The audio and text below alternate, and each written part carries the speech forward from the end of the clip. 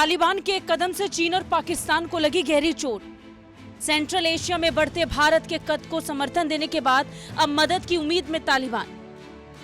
अफगानिस्तान में सामान्य हालात लाने के लिए भारत से मदद मांग रहा है तालिबान। अफगानिस्तान को संकट से बाहर निकालने के लिए क्या भारत लेगा जिम्मेदारी? अफगानिस्तान में बिगड़ते हालात को देखते हुए अब तक कई मौकों पर भारत चिंता जाहिर कर चुका है।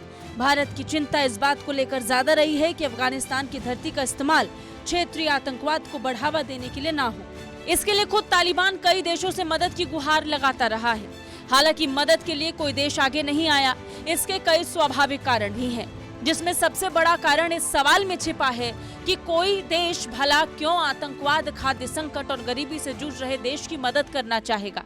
हालांकि इस बीच अफगानिस्तान में सामान्य स्थिति बहाल करने और मानवीय संकट से निपटने के लिए भारत मदद दे सकता है। अफगानिस्तान के पूर्व खुफिया प्रमुख रहमतुल्लाह नबील ने कहा कि इसके लिए भारत तालिबान के साथ बातचीत करने को तैयार हो गया है।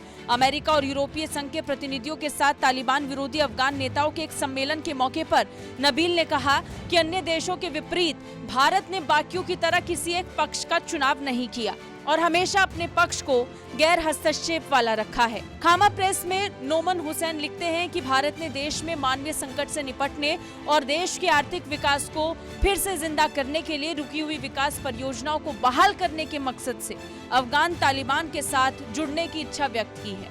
उन्होंने ये भी दावा किया कि भारत को अफगानिस्तान के पूर्व नेताओं जैसे जैश-ए-मोहम्मद और लश्कर-ए-तैयबा जैसे पाकिस्तानी आतंकवादी समूह के साथ अपने चैनल्स खोले रखने चाहिए, जो भारत को निशाना बना रहे हैं, जिन्होंने अपना आधार अफगानिस्तान में शिफ्ट कर लिया था।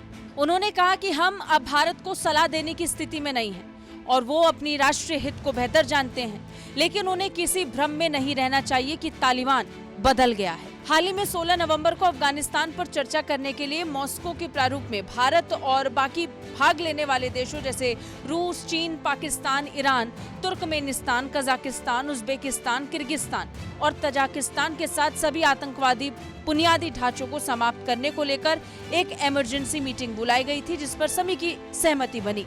कुल मिलाकर तालिबान को जब दुनिया से सही समर्थन नहीं मिल पा रहा, तब तालिबान को ये उम्मीद है कि भारत उसे मौजूदा संकट से निकालने में मदद कर देगा।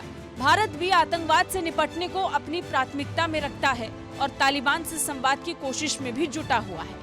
हालांकि बड़ा सवाल यह है कि अफगानिस्तान में मौजूद तालिबान राज को भारत अपना समर्थन देता है या नहीं। ब्यूरो रिपोर्ट, भारत तक।